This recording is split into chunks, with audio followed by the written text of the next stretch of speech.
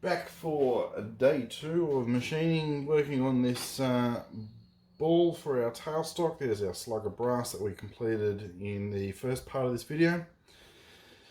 Now that's pretty well done, except for one last process I'm going to do. I'm going to turn some relief material, or turn some material away from this to leave just the metal we need for the sphere and enough metal left on the thread to support it. I'm going to do that first, because then after that we're going to move to this piece of steel here, which is going to be turned into the supporting material for the knob to thread onto so that we can turn the sphere. So this needs to be done first, because once I've put that 20mm rod in the lathe, I'm not going to want to remove it. I'm just going to support this without a tailstock. Relatively short piece of material. I'm working close to the chuck. I only want to remove 20mm of it. 20mm reflects how much I had left with the M12 threads. I'm just lining up the tip of my tool here. Give it a touch. Touch off so I know where I'm at. I'm going to take fairly substantial cuts with this, and I'm going to use the auto feed. So I'm going to put my auto feed gearbox in a fairly low gear. I'm going to keep the feed rate fairly slow so I get a reasonable finish. Not that it's particularly important, but because I'm intending to take very deep depths of cut, so I don't want to get too carried away with the feed rate as well as the depth of cut. Make sure my gearbox is engaged correctly. Touch. Let's try 2mm. We'll go one whole turn of the dial.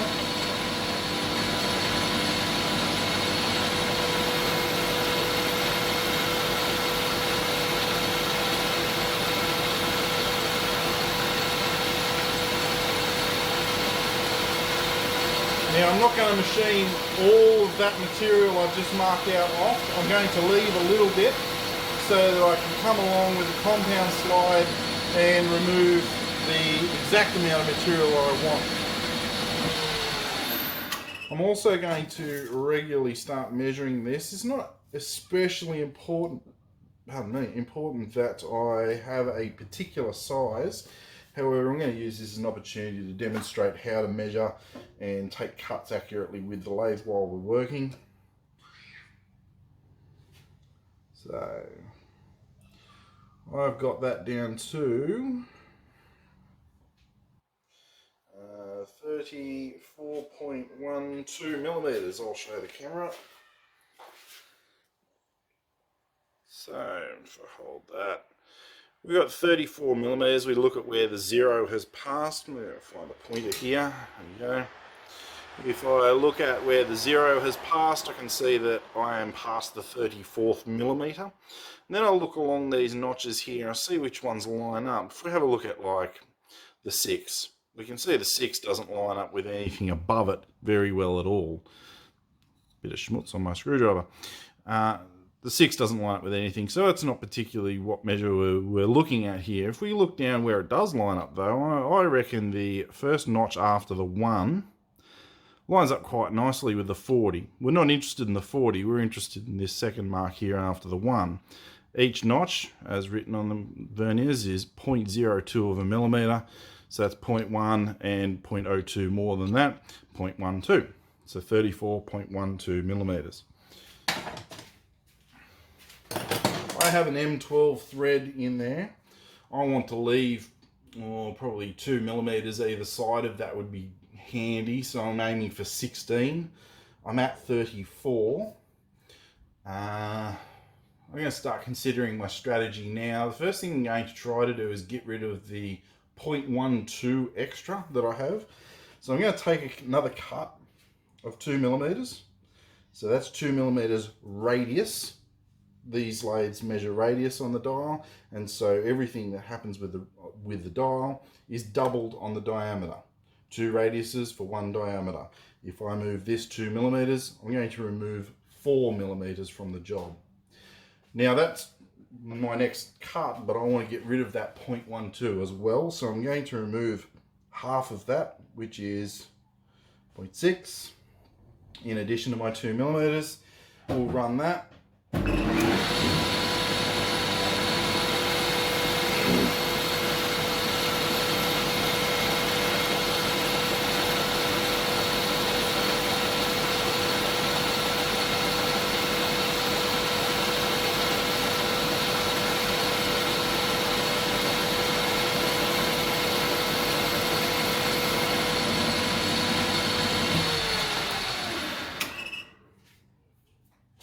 Make sure the verniers are clean, make sure the job is clean. The job surface finish is very nice. Brass, pretty easy to do. I set my verniers. I'm not trying to crush it with the verniers, it's not a spanner, just want to have them so they're just snug on it. Now, we're at 34.12. I removed the 2mm and 0.06 to remove the 0.12. So I'm expecting that this will be exactly 30mm. So if we get our verniers, and the 0 lines up pretty well bang on with our 30mm mark. I maybe could make an argument to say that the first mark after the 0, which is 0.02, lines up. But realistically, we're getting close to the limits of what you can achieve by measuring with a vernier caliper. So we're at 30mm on the dot. Now we need to consider what the rest of our game plan is going to be. We want to get to 16mm, so it's 14mm to remove. That's not ideal because 14 is not divisible by 4. 12 is, but 14 is not. So at some point I'm going to have to get of the taking 2mm depth of cut that I am taking now. Before I move on, I might actually reset my compound, my crossfeed screw. I'm going to reset my dial to 0. Find the screw. I'm going to reset this to 0 because I know I'm pretty well on 0 now with my measurements. And so I can work more directly and more easily from the dial without doing complicated maths, keeping track of random numbers, things like that. So I know that if I'm on a 0 or a 1, then I should be on a whole millimetre with the job at hand. I'm going to take another cut. Now I need to make up some additional space to catch up on this not divisible by 4 problem. So if I take 2mm, another full loop, and I'll take off an additional half, 0.5 of a millimetre. That should remove 5mm. 5mm leaves me with 9 to go after that. We might do another hit of 5 after that and do actually I might change my strategy on that. So we've got 14mm left. I'll reset to 0 here. We've got 14mm. We'll do 14 divided by 3, which means I'm going to have to steal my phone back to do some calculating. Just did some calculations on the phone. What I did was 14 divided by 3. I'm going to take this in 3 cuts. And it tells me that each depth of cut, each diameter cut needs to be 4.66mm. Divided that by 2, which gives me the dial reading, which tells me I need to remove 2.33mm per pass in order to get the number I'm after. So let's do that. 2mm, 1 whole lap, 0.3 and 3. Give it a hit.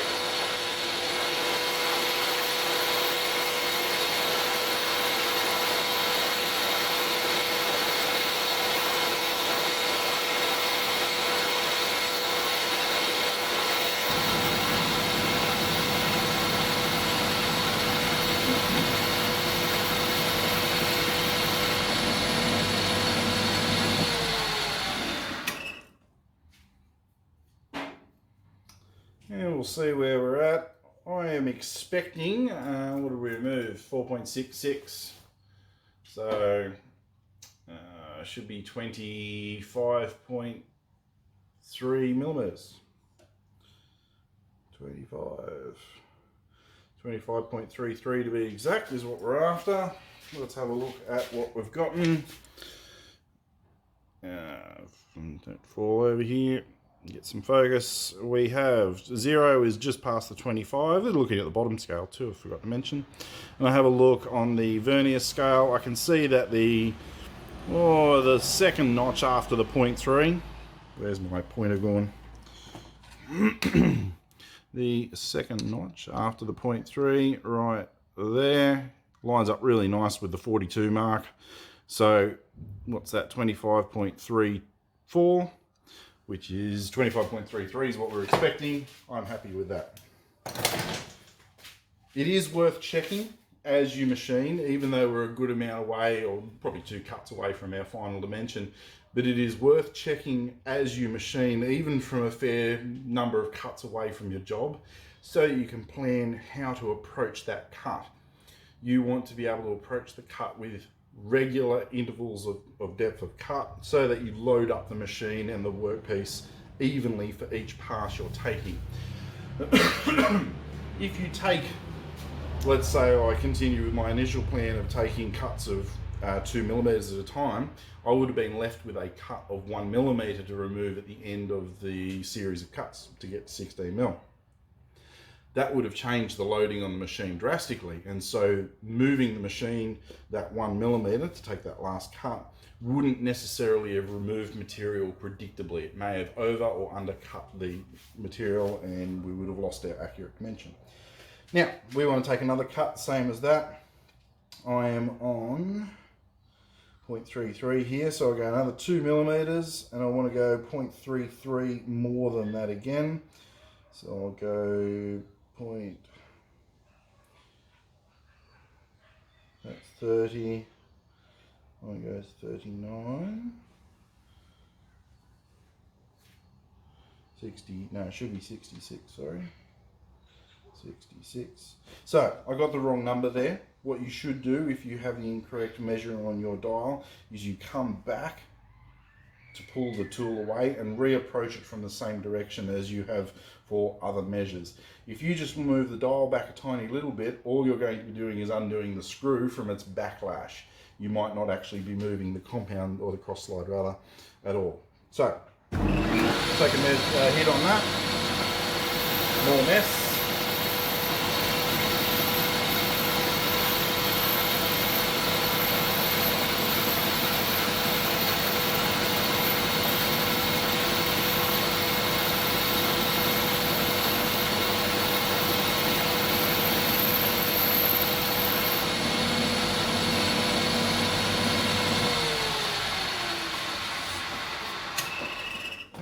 What are we expecting now? Going to be down another 4.66 millimeters. Should get us to 19.6, I think. Normally I would check the calculations, or is it 21.6? Having a bit of a brain fart here, I'm losing track. See what we got.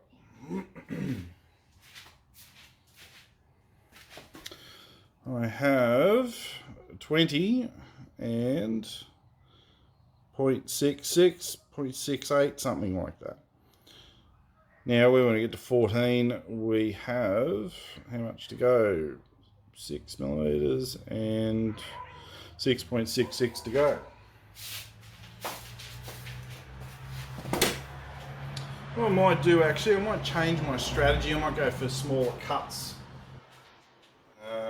I'm a little bit worried that the wall of this is going to be getting thin. I'd also like to get onto a more even number that's easy to keep track of and measure. So I might just ditch that 0.66 to start with. Might go to my nearest whole millimeter actually. Let's try that.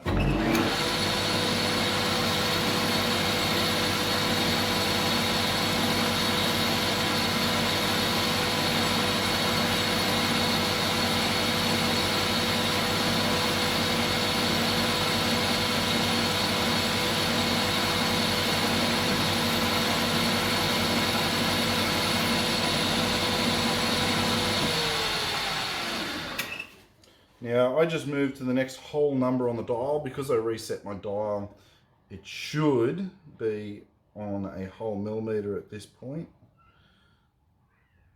We're pretty close. Not real satisfied with how that's measuring there. That's a bit better. I'll have a look at where we're at. We're on 20, probably 20.1. So we've got 0.1 extra to remove. We can remove that in our next pass. I'm going to take a whole millimetre, which is 2 on the diameter. So it should take me to 18. I'm going to remove 0.05 in addition to that to remove that 0.1. I'm expecting this to come out at 18 exactly.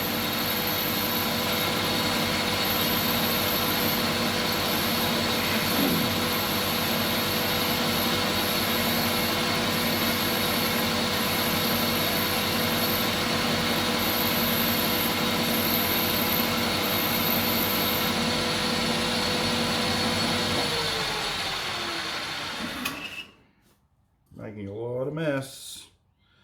Where are we?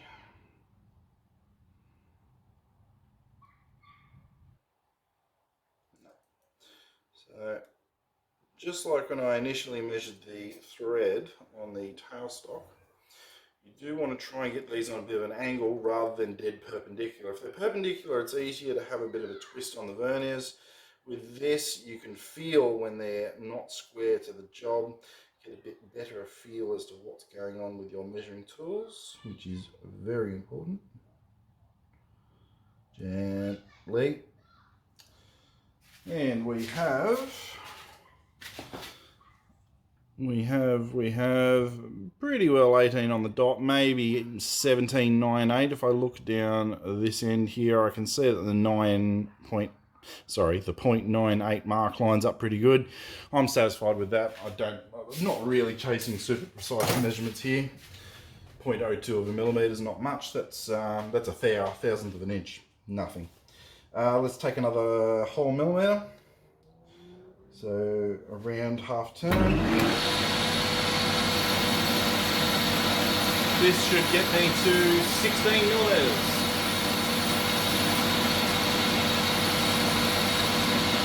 Which was our target dimension.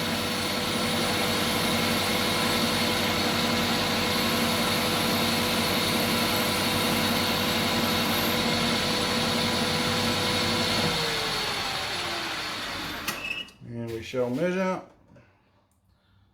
and we're on the money. I'll save you looking at the verniers. Happy days, we're at 16 exactly. That leaves me 2 millimetres each side of thickness on the wall of this little section of brass. The rest of it's getting turned into the sphere, and then we know that that face there is where we need to part off. Before we do that, I might just verify my length measurement before I yank it out of the lathe. Because it's a 3-jaw chuck, it's not terribly repeatable. This one's pretty good. I did say it was a nice chuck, and it is still a very nice chuck, but a 3-jaw chuck is not designed to be particularly repeatable. I'm at 19.5 there. I'm just going to take a bit of a skim. Go into my measurement where I was before.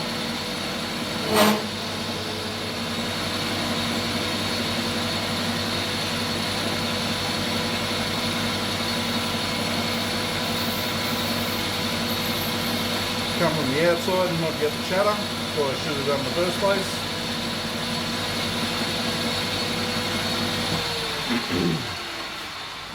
Now, if I was making this particular feature here to be for keeps, if it was a part of the finished job, then the next thing I'd do is deburr this edge. It's got the slightest of burrs right there.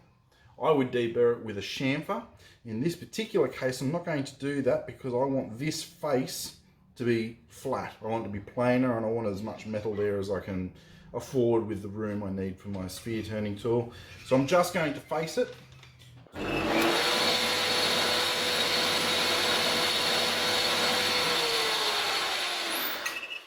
That means I've probably now got a burr coming off this edge, so there'll be material sticking up like that rather than like that before. That's okay. I want this face to be clean so it can mount up against my mandrel.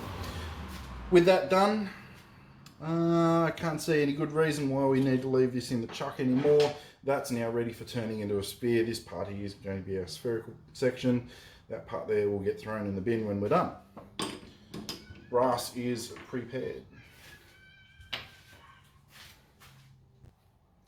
With the brass out of the way, we are now ready to prepare our mandrel. I'm going to have this piece of metal in the lathe to process it, turn it into the tool that we require, which is a small section of N12 thread down the end here, and then we're going to put our ball on there, our piece of brass, to turn it into a sphere. All of this is going to happen without this leaving the chuck, because any features I turn now will be concentric with the machine. So I need the tool, not the tool, the material sticking a fair way out. I wouldn't normally face it off with this much sticking out of the machine. I'd much rather work much closer to the chuck.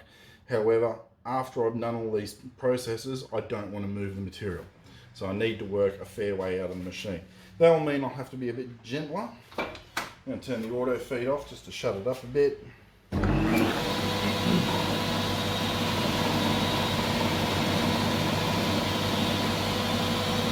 Now, tungsten carbide pushes back on the cutting tool a fair bit, so often I'm finding I'll have to lock the bed, which is this screw down here on Hercus, in order to lock the saddle rather, to the bed, so that I can get consistent results when facing in particular.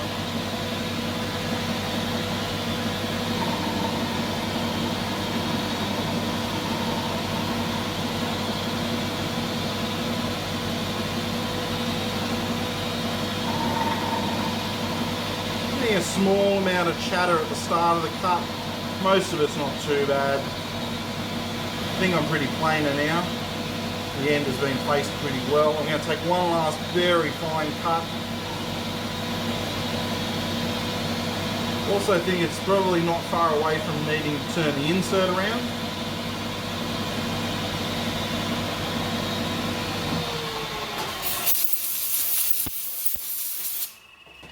You might have a bit of a look at that. Yeah, I'm starting to get fuzzy sort of surface finish there where there's little balls of metal being picked up. That's from the tool galling on the surface rather than cutting. Galling is like a rubbing, it rubs it into little balls. So we might do a tool change. No, that's not the right one.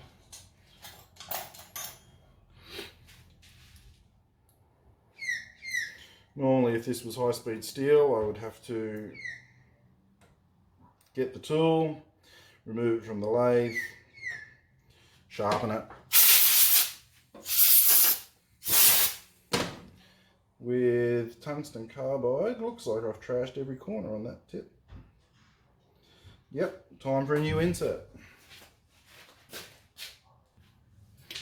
New insert, another 6 corners to work through.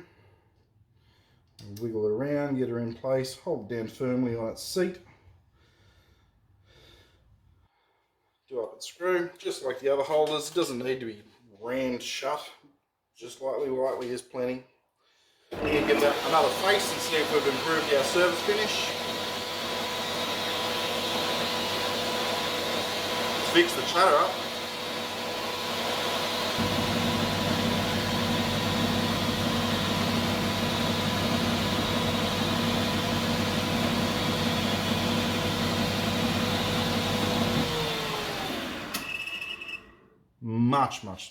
Much smoother. So I'm now ready for a center drill hole. Need to get my carriage out of the way a bit. This drill is high-speed steel. I don't think it's going to like cutting in steel at that higher speed that we were using on brass. I'm going to drop a gear.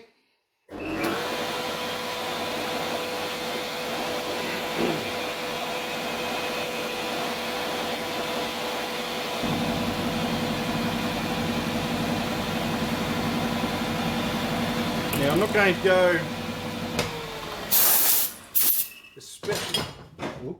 especially deep on my center drill. The reason for this is because I don't want my live center to be super duper close to the job, or I will run out of space to be able to do the threading work that I need to do later on. Now, live center. Put him in place. A little bit of pressure, lock it up for rigidity. I'm going to turn my tool. The head of this particular holder is quite large. It doesn't give me a lot of room to work up against my live center. Part of me really wants to change the live center out for one that has a much more slender nose. They're really quite nice. You can get really good ones that are almost as rigid as shorter live centers. The problem is cost and finding them. A bit hard to locate good quality tools. I need to turn a section of this 15 millimeters long, which I better measure, down to 12 millimeters. I'm actually going to aim for 11.9, and I'll discuss why that we've gone for clearance later on. So line up my tool, just eyeballing off the end of the ruler.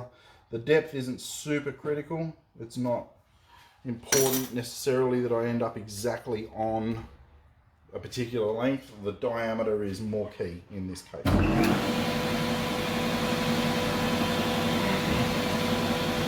Now, carbide tooling as opposed to the center drill. I'm on quite a small shaft here actually, and I have a new insert. So I'm going to kick it up 2 years. I'm going to get real crazy. And I'm trying to get some decent surface speed, which will really help with my surface finish, which means measuring in turn will become more accurate.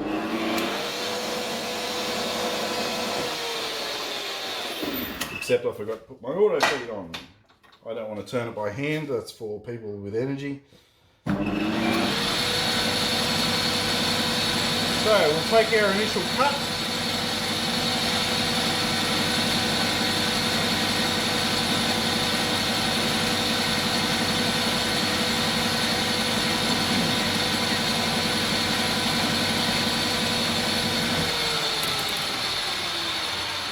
Now I'm just going to move the tailstock out of the way and the carriage so that you can see what's going on here.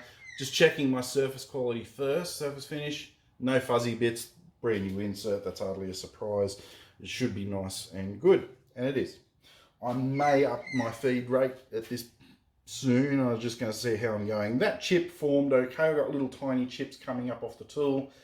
That's a good thing. You don't want long stringy ones generally. It gets a bit difficult to handle. They make a bit of a mess. When they're cut with carbide, they can be screaming hot and quite sharp as well. And so it becomes a bit of a safety hazard more than anything. I've got my micrometer here. Now open that up, and we're going to take a measure. This was 20mm rod, so I haven't got heaps to remove. And I'm on exactly 19.5mm. So if we have a look, we have our scale on the top is whole millimeters. The scale on the bottom half is half millimeters. I have exposed, where's my pointer? I have exposed, where are we? The 19th mark. The 19.5 mark is just coming out in line with the end of the barrel now. This is the barrel of the micrometer. And my 0 is lined up directly with that central line. So for a metric micrometer, this means that that is exactly 19.5mm.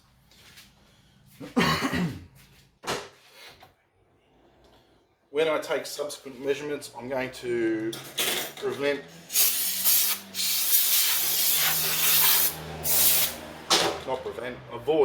is the word. I'm going to avoid removing my tailstock. I'm going to avoid removing my carriage too far from the seam because I want to keep things as consistent as possible, so I need to take efforts in order to do that. So we've got 19.5. I reckon I might start seeing if we can take moderately heavy cuts. Let's take 0.5 millimeter on the dial.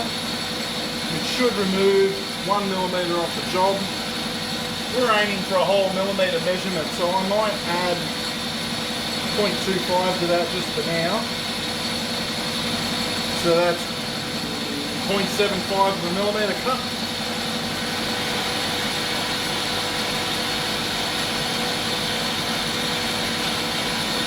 Chips are looking great.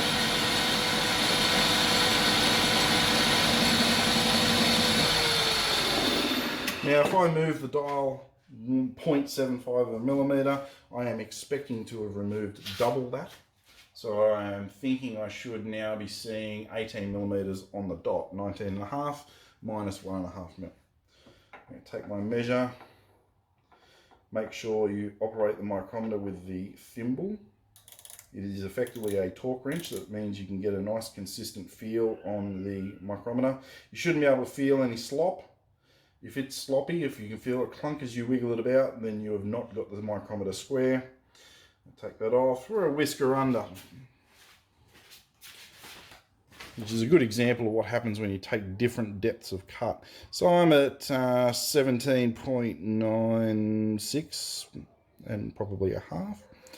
So I've cleared the 17.9796, something like that. I've cleared the 17 millimeter mark. I've cleared the 17.5 millimeter mark below it.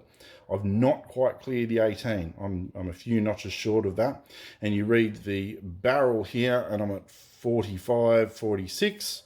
So 46.46 plus the 17.5 gives us 17.96. That's where we're at. Surface finish is also still fine. So I need to take slightly less than that. I'm going to take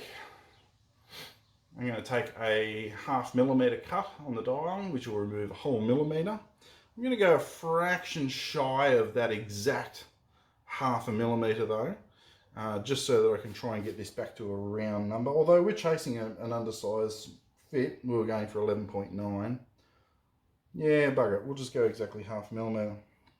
So, swing around to that.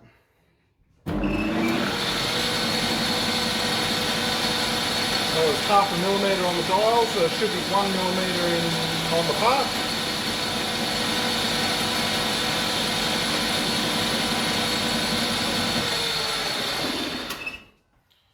And measure.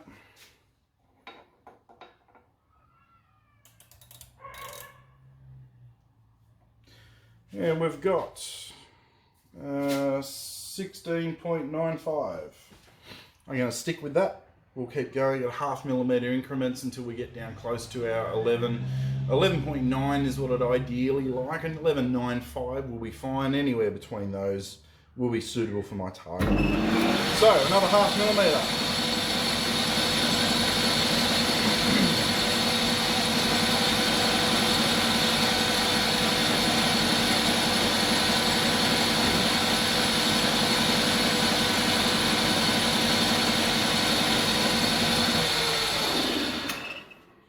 Another 0.5 millimeter, should have removed a millimeter from the diameter. I am at 16, I'm at 15.97. Happy days. Let's go another 0.5 millimeter.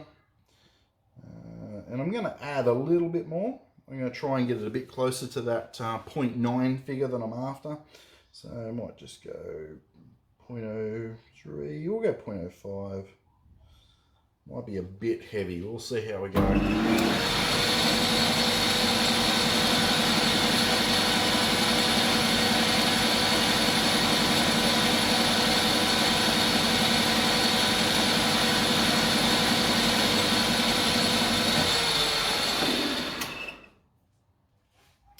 Measure again.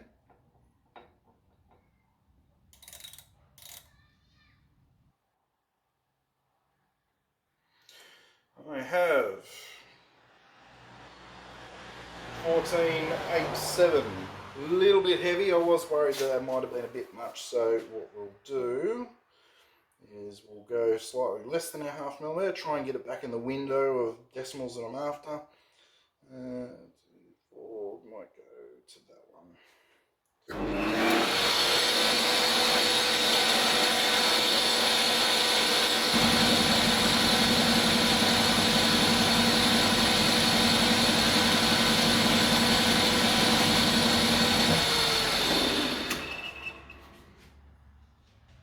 Surface finish is still lovely.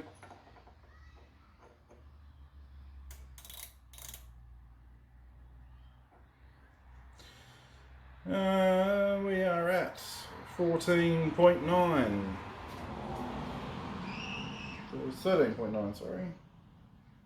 3, maybe 13.9. Beautiful. That's fine, 0.9. So I'm now on the decimal number that I'm really after. So what I might do is I might reset my dial just so I'm on a whole number. Makes it a little bit easier to count the dial around. And we'll go exactly 0.5 millimetre. We'll stick with our 0.5 millimetres for now. Seems to be working nice.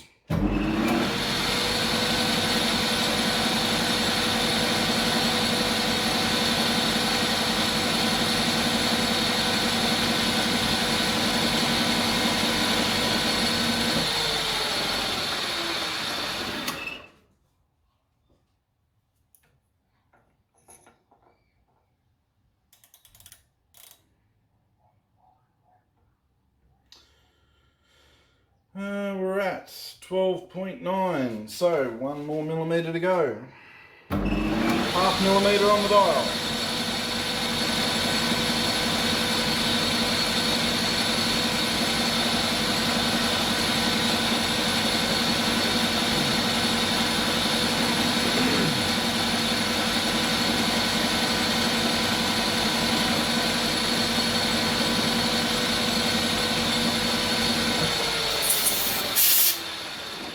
Because that was my last cut, I took note of what number I was up to on the dial and I wound the tool back rather than dragging it across the job. When you drag it across the job, sometimes there's still flex left in the setup and you can leave a groove running on your job. And they're often called apprentice marks because apprentices are the only ones stupid enough to forget doing it. I say that, but you'll see plenty of it in the world of machining. Happens to lots of very talented machinists who are forgetful. We are at 11.92. I'm in the window where I was happy. That is now sized appropriately for a thread. The next thing I have to resolve is this shoulder. Because I've had my tool on an angle in order to clear the tailstock, I've now got this shoulder here, but this is not really useful to me because I want to be able to screw something up against that shoulder, so I need it to be square. I'd also like this to be 15 millimeters long. So I need to adjust my compound to 90 degrees or back to 0 on this machine. Parallel with the bed, I'm going to use it to measure out my 15 millimeters accurately. So wind the dial back a bit and I'm going to come to 0. I'm going to come in. Now I'm going to fix up the worst of this first. I wonder if I've got clearance on my tailstock. I do. So I'm going to just tidy up this shoulder, take the worst of that angled face out and just square it up. And then I'm going to come back and show you how to square up both ends of it so that you're at exactly the correct measurement you require.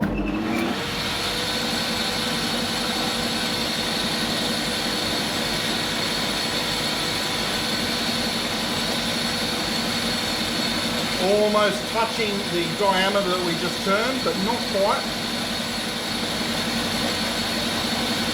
This is going in, facing off. Now what I'm going to do is I'm going to lock the bed in place such that I'm about to take a very fine cut on that end. Oops.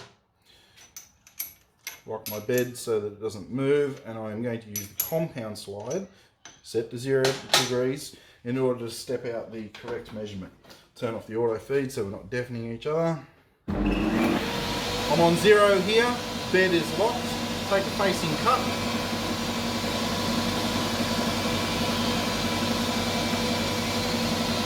Cut back off. Now I'm going to advance my 15 millimeters that I wanted.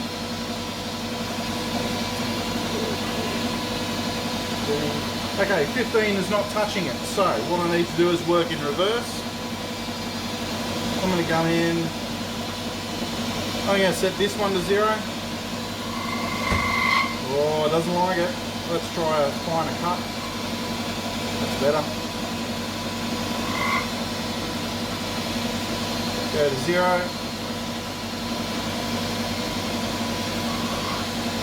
Okay. I'm at 0 here. I'm going to count 15 back now.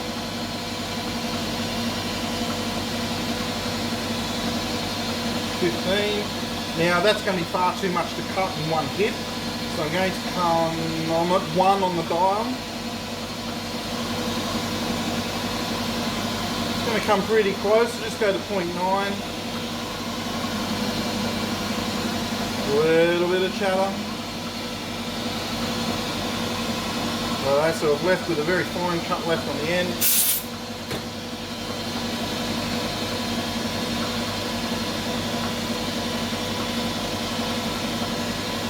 And to my final cut, so I'm on 1 on the dial.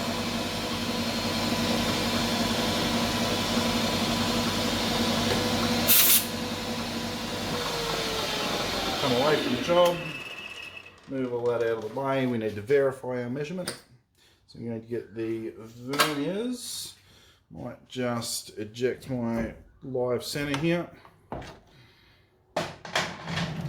Bit of room. Tell the fly to bugger off.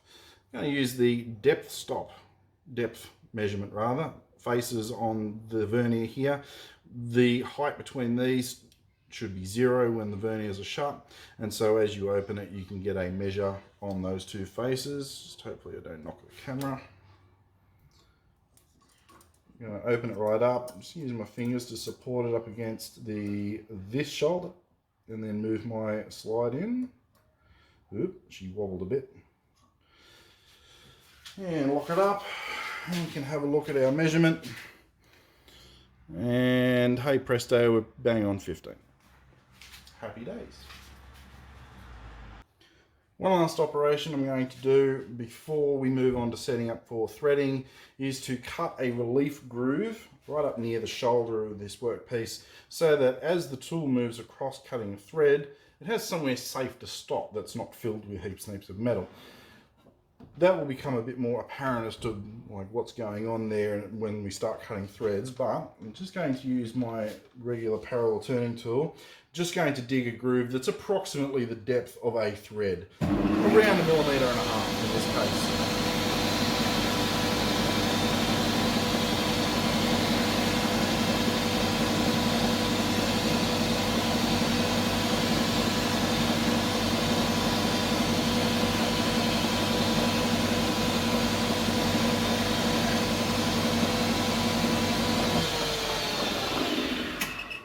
Okay, that should give us enough room, and we shall now swap over to our threading setup.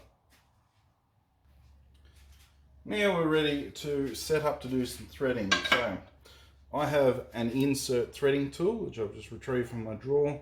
This one, like a lot of other insert tools, give you a couple of corners to work on before you've trashed the tool.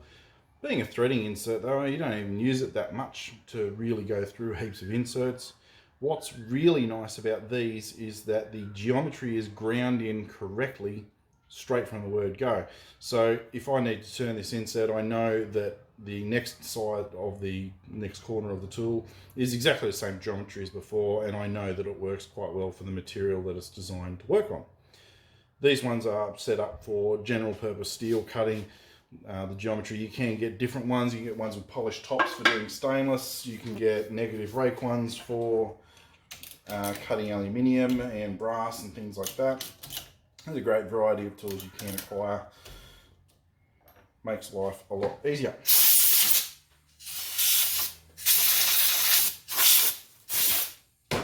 So that tool can go away. This one is a 16mm shank tool. 16 millimeters across the thickness. That means it's going to require a 1/8 of an inch shim on my lathe. Center height of these lathes is 3/4 of an inch. Oop. So 3 millimeters and a little bit gets you to about where you need to be.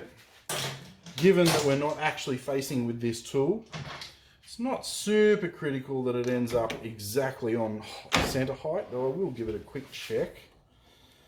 There's some other setting up to do before we commit to this setup. Oop. Oh, carriage is still locked. So have a quick look. Oh, I'm a bit above center height actually. I might reduce those shims. So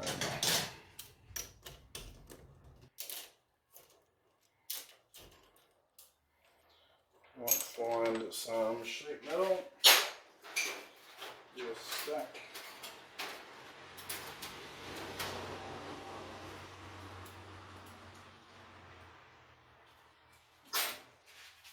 Those.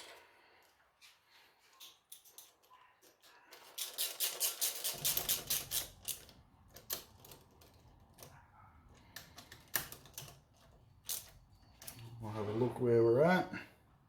Yeah, that's better. We'll roll with that. Now, need to do some setting up to the machine in order to be ready to start cutting threads. What I need to worry about is that my tool is coming in at 60 degrees.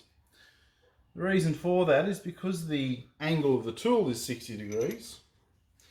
If I make the tool go in parallel to one side of its flanks, of the V-shaped part of the tool, then that means I'm only going to be cutting on one face. I have two faces here that I'm trying to cut a groove, that are V-shaped groove, and if I make the tool go in parallel to one of these faces, then I'm only going to be cutting this other face. That reduces the load on the tool and the load on the machine, makes life a fair bit easier for everything involved. That's particularly useful for thread cutting because thread cutting is quite a broad cut, particularly when you're taking very large threads. Now, next thing we need to look at is our gearbox setup. So here we are with a bit of a close-up on the quick change gearbox on my machine. I'm going to need to select an appropriate set of gears for cutting a 1.75mm thread. Now I'm looking at this, I found 1.75 somewhere around here. There we go, 1.75. So we're on the fourth column. Give it a jiggle. Fourth column, and we're on the B row. Now one last fiddly detail that needs to be sorted out is which gear, stud gear we're on. So this one here says 45 tooth stud. At the moment I'm set up to be on the 18, so I do need to change the studs over. On a Hercus 260, the stud gear refers to this one. That's currently my 18 tooth. My 45 tooth is parked here on the end of the lead screw or the input shaft for the quick change gearbox. I'm going to lock my spindle up. I'm going to put it in gear, and that should give me enough hold to undo these screws. These screws don't need to be super duper tight. I have seen people in the past do them up like they're trying to do up the cylinder head on an engine. Not really required. Just enough to nip them up and keep them in place. I have to swing the banjo plate out of the way. Take my 45 tooth. I'm going to insert it on the shaft.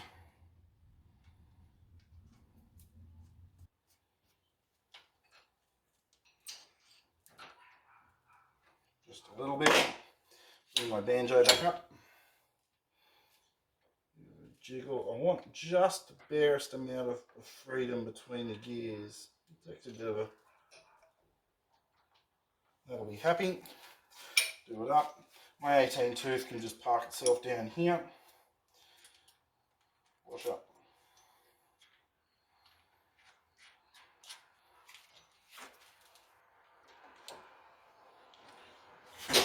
And we are now set up for gearing. The next part to worry about is the alignment between the rotation of the spindle and the rotation of the lead screw.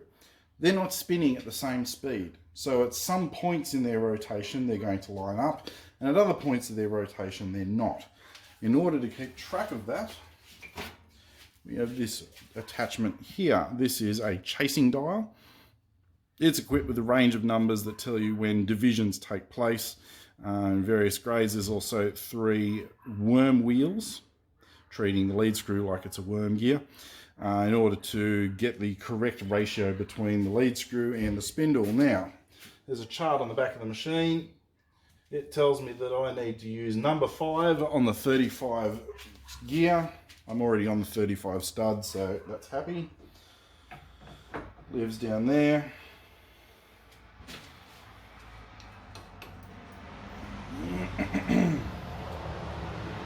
A very little screw, doesn't need to be screwing on there real hard. Make sure the dial is turning, and we're happy for that.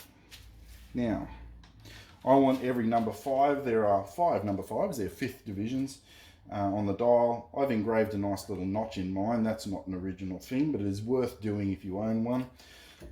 And every time I require the lead screw, the number 5 should line up with that groove.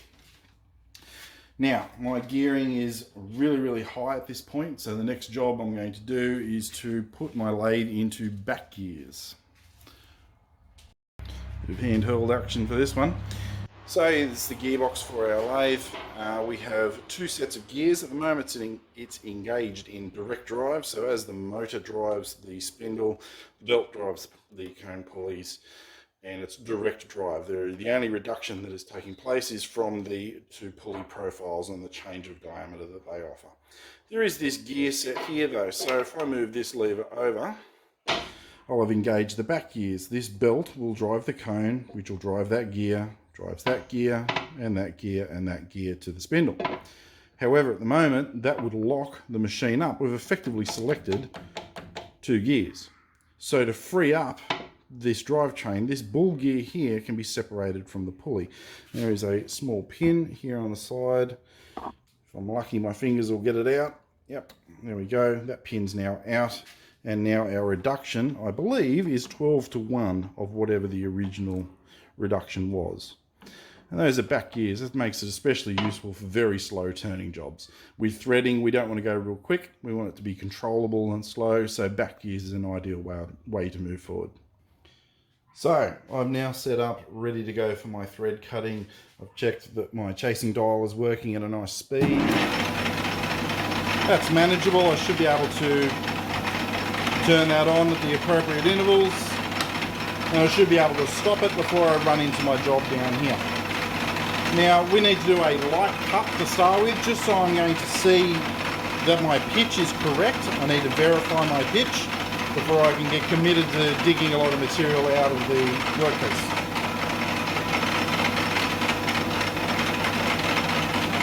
I'm going to set my compound slide to 0, and it's going to return to 0 every time I make a cut. Bring the compound slide in until I'm just touching the job. There we go, a little scratch.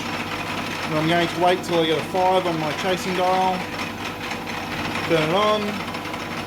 Turn it off before I run into that shoulder. And now we're going to check the pitch, which is covered in brass dust. This is a metric pitch, so we need to go to the other side of our pitch gauge. Sorry, it's off camera. We are looking for 1.75. 1.75 is here. I'm going to check it on the job just to make sure that my settings are happy. Yeah, each point of the thread gauge is lining up with the groove that I'm working on. So we're happy we've got the gearbox set up correctly.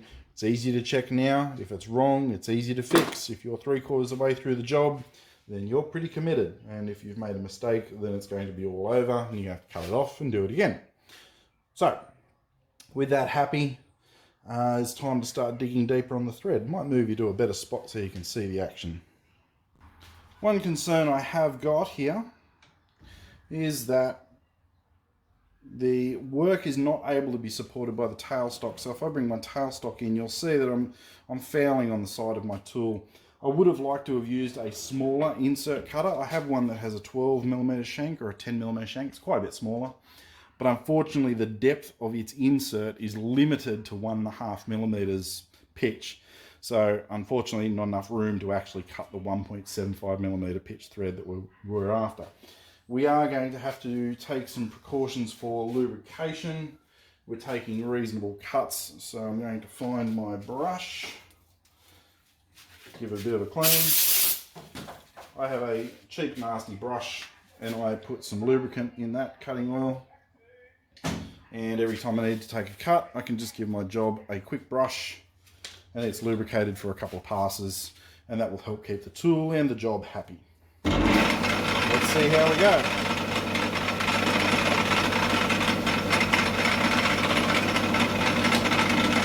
Come out from 0, back into 0 on the cross slide, and I advance my cut on the compound. I'm just going to go a relatively fine cut. Out from 0, back into 0 on the cross slide. Advance the cut.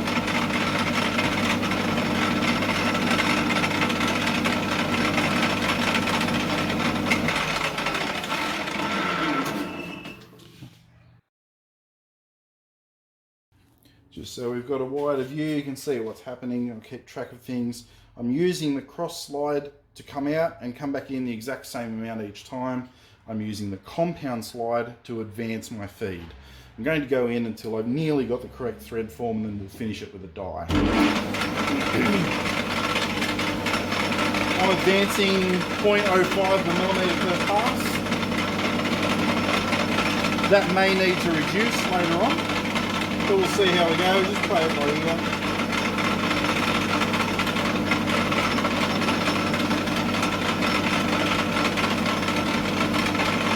A bit more lube.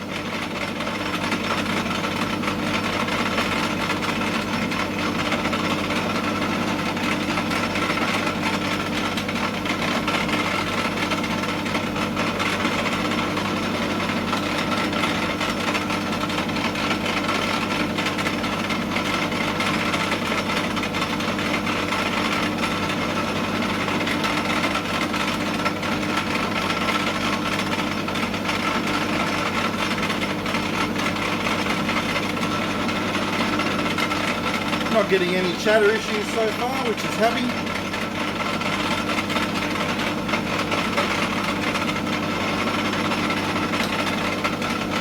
Now, if you're a beginner to this and you feel uncomfortable chasing the timing on your chasing dial, it can be a bit stressful. In order to hit the mark at exactly the right time, you can stop the machine. If you move the carriage around, you'll find the chasing dial will allow you to relocate. There's my 5 mark. I can load up against that. The half nuts are closed on the lead screw. It's all ready to go. I just need to turn the machine on and push the lever down when I'm next to my shoulder.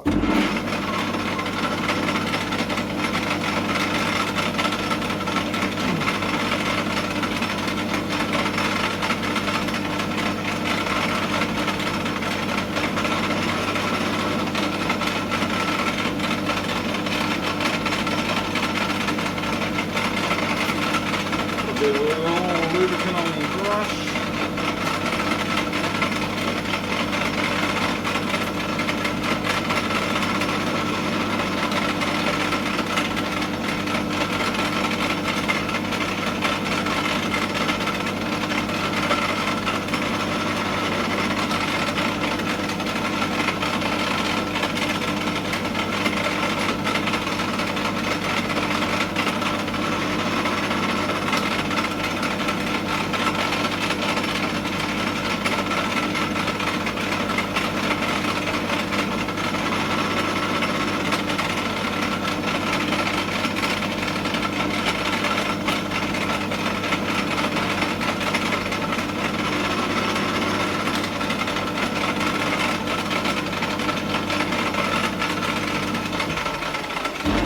Get a bit of a closer look at what's going on.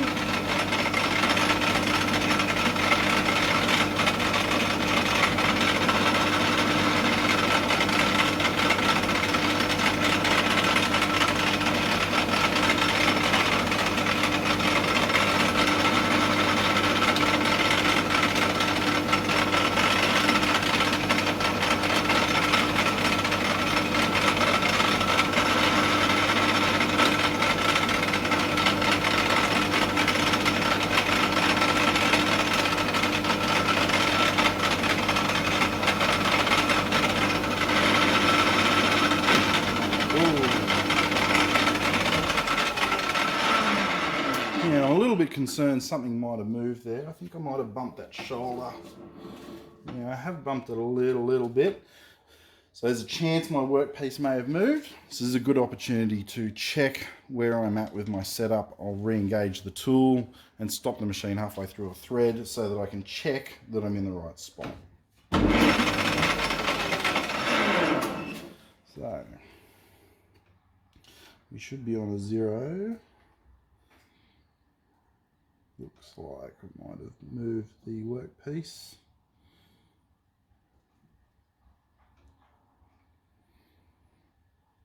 Might be on about 0.5 now. So we'll come out and we'll go back to 0.5. Not sure what's moved. I may have bumped the shaft into the lathe a little bit, which is unfortunate, but it'll be okay at this point. We've not trashed the part. Just need to be very careful picking the thread back up.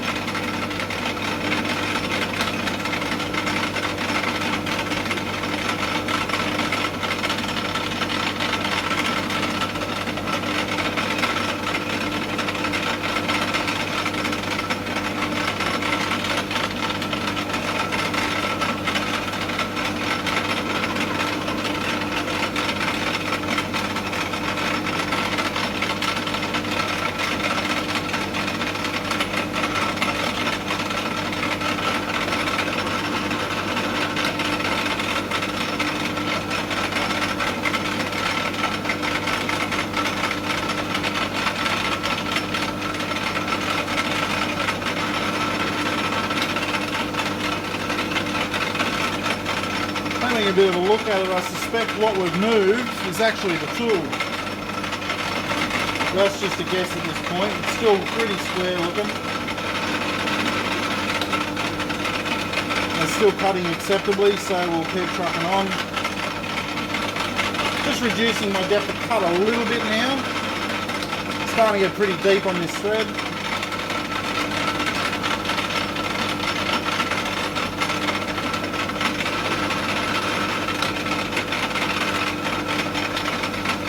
We're nearly there.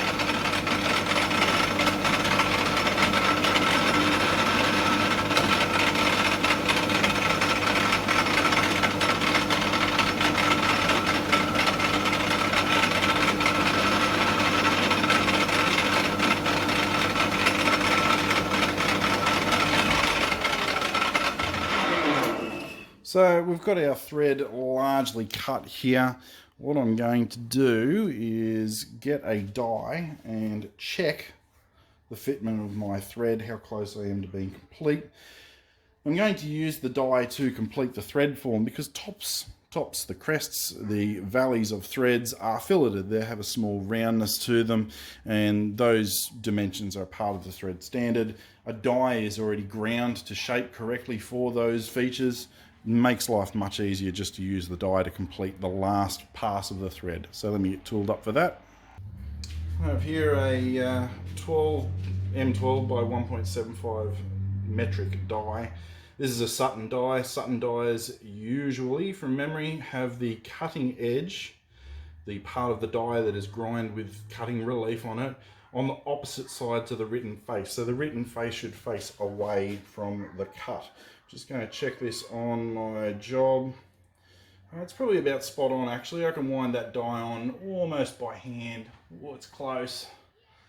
I might take one more cut with the lathe, just to take a little bit more meat off the thread, and then run my die down by hand afterwards. The die just cleans up the last of the detail features, the crest, the valley of the thread, so that they're correct. I'm doing the majority of the work with the lathe because it's easy to do it. It's also very useful to use a lathe to cut thread because it means it will stay on axis. If you use a die to cut a thread like this, you could end up with a drunken thread where it wobbles its way down the shaft just like a drunk wobbles their way down the street. Drunken threads are no use to us because we want to be able to hold this thing nice and straight, and we want it to lock up against our shoulder reliably.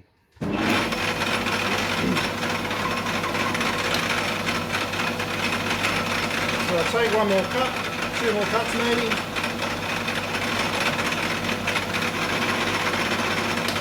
We'll take one and see where we're at.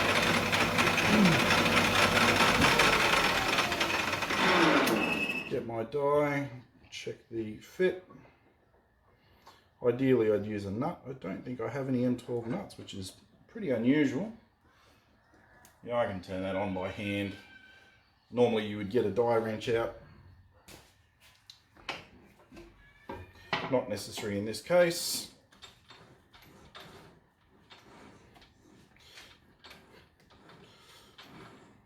Almost necessary.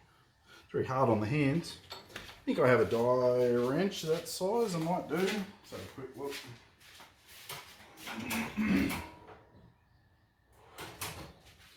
No, of course I don't. Why would I have luck like that?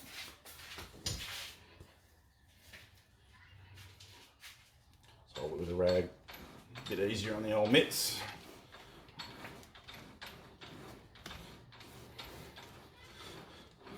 Yeah, almost finished.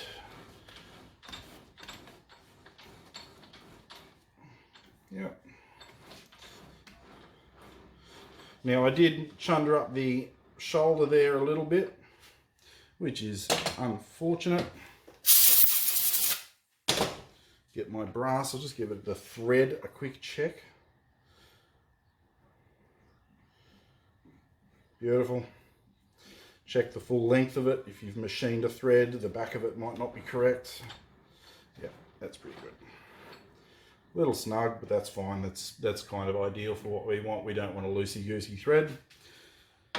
So, with that done, I do need to come back and clean up this face. And I'm going to put a chamfer on the front of this screw so that it can be easily threaded on and off. It's an easy thing to do, so we should do it. I shall get set up for that.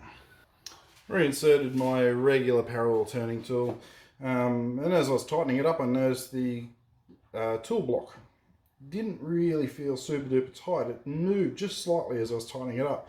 So I'd say the reason I had movement in that thread cutting process is because I didn't tighten that enough. Rookie mistake. Unbelievable. Anyway, we set that to 45 degrees for our chamfer. Do the chamfer first, and then I'll come back and fix those faces up.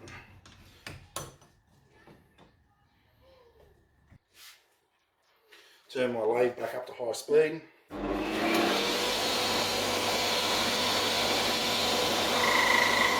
Oh, I don't like the chatter. Nice light cut to finish. There we go. So that's a chamfer on the side of the thread. There's no ugly burrs on that. It's worth checking. You might need to run the die over it again. In this case, I think we'll be fine. Undo the right one. I'll move this back to 0. Going to redo those two shoulders. At least I know this time they're quite close to each other. I just want to make sure this back shoulder is dead square. So I'll 0 my dial. Go to 0. Come in. Just touch it, and I'll come out and I'll move just a whisker in. Lock the bed. It is important that you lock the bed.